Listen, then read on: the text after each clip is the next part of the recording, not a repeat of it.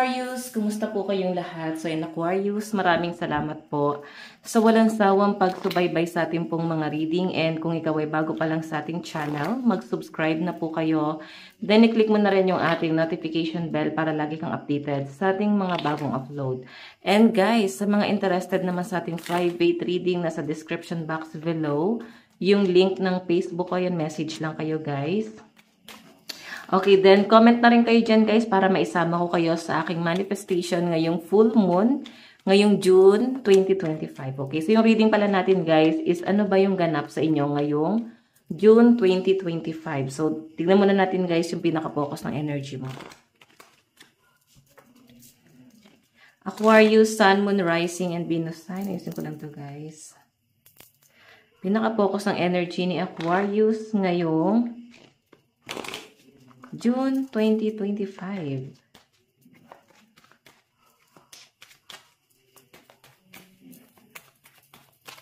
Meron tayong trauma. Ayan, Aquarius, meron kang trauma.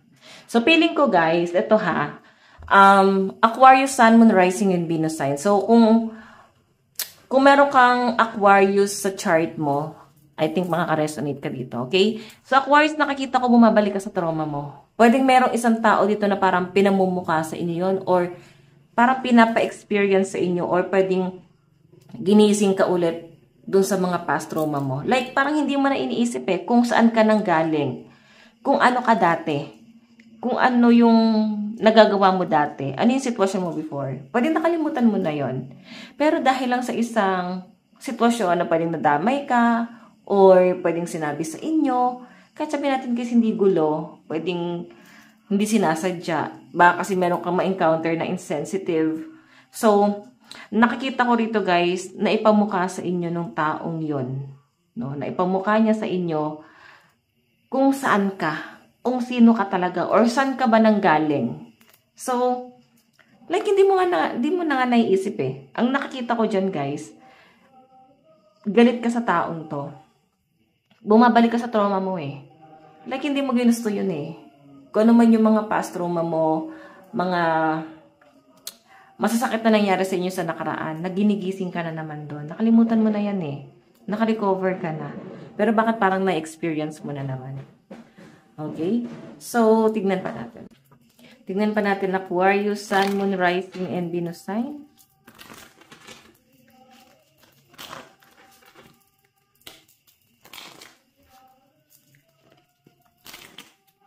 Aquarius, Sun, Moon, Rising, and Venus sign. Tignan natin.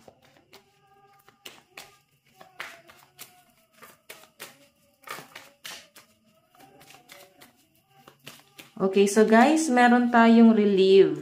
So ito lang guys, challenge lang to para sa inyo. Like, kung bakit mo siya kailangan ma-experience, or bakit parang binabalik ka na naman doon. Parang, wait, bakit nangyayari na naman to? Hindi ko naman to dapat nararamdaman. So, kaya lang to guys, nangyayari is parang pinare-realize lang sa inyo ni universe. Bakit kasi nakalimutan mo na kung saan ka nang galing. Or ano yung mga pinagdaanan mo. So, tama yung sinabi nila kailangan nililingon mo pa rin talaga kung saan ka nang galing. So, sinasabi lang dito, nangyari lang to para parang matanggap mo siya ng maluwag sa dibdib mo.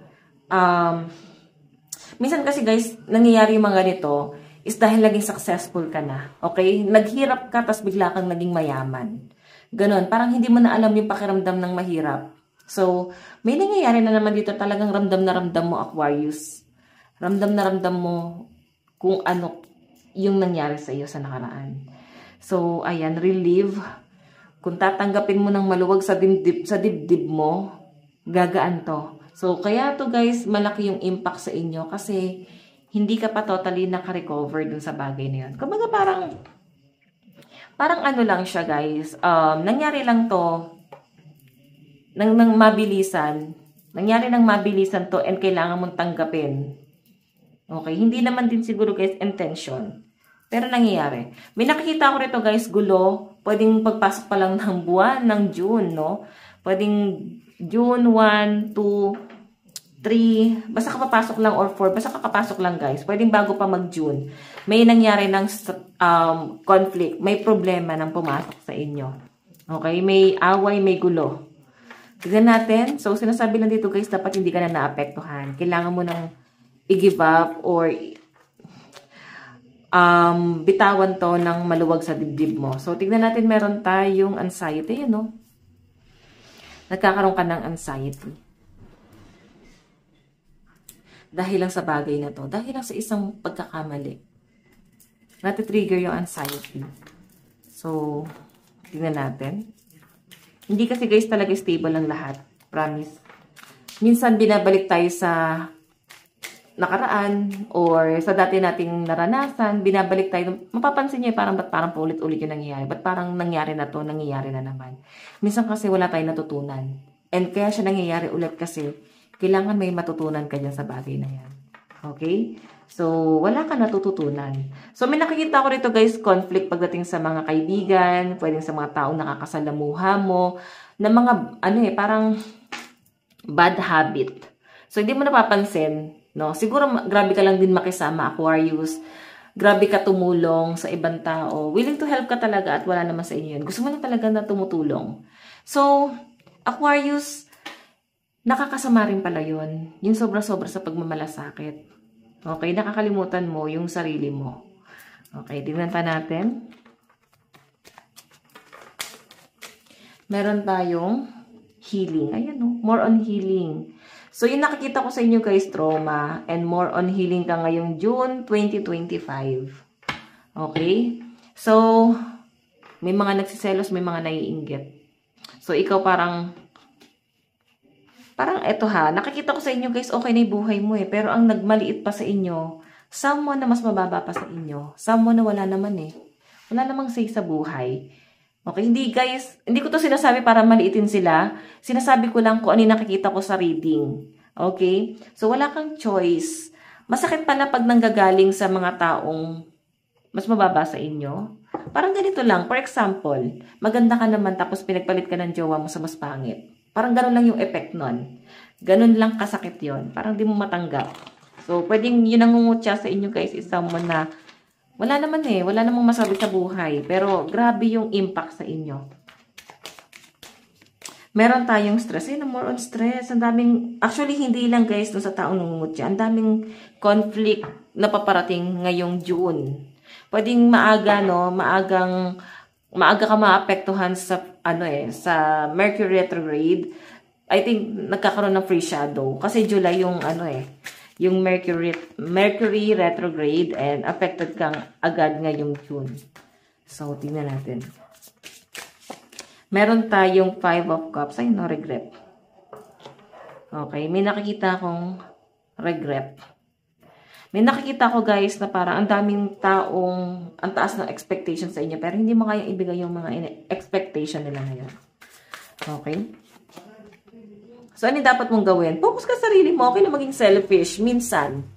Okay lang maging selfish. Basta hindi guys madalas. And minsan kasi guys, ang pagiging selfish, ginagamit to.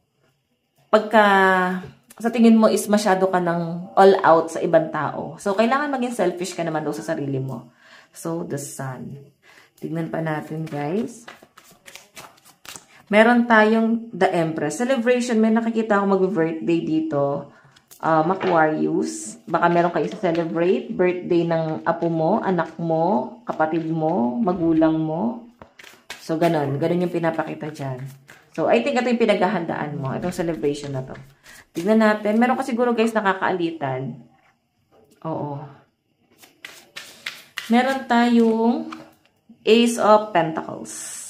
Wow. Pero to guys, no, may nakikita kong big amount of money na paparating sa mga Aquarius ngayong June. So, disappointed ka lang talaga sa ibang tao. Pwedeng meron ka malalaman na paninira pala ng ibang tao. So, sobrang naapektuhan ka. Kasi sobrang yung pagtulong mo sa tao yan. Tapos may nasasabi pala sa inyo. Okay? So, tingnan pa natin. Meron tayong Knight of Cups. Wow. Okay lang to. May someone naman dito na nakasupport sa inyo. Kahit lagi kayo nag-aaway, mahal ka naman at alam mo yun. Kahit lagi kayo nag-aaway na tong taong to, ramdam mo yung pagmamalasakit niya kahit papano. So, tignan natin guys ang inyong advice. Meron tayong 3, let them go. Let go muna silang lahat. Huwag kang maghinayang. Totoo lang, lalo na kung nakaka-burn out to ng energy. Let go muna silang lahat na nagpapastress lang sa inyo, nagkaka-anxiety ka lang sa taong yan, nagkakaroon ka lang ng trauma, and i-heal mo yung sarili mo. Actually, huwag ka na maging emotional dito sa bagay na to. Pag tinanggap mo na wala lang sila sa buhay mo, madali lang to na makarecover. Okay? So, hi yan, Aquarius. Ito lang po ang inyong reading. Maraming salamat. God bless and love you all. Bye-bye!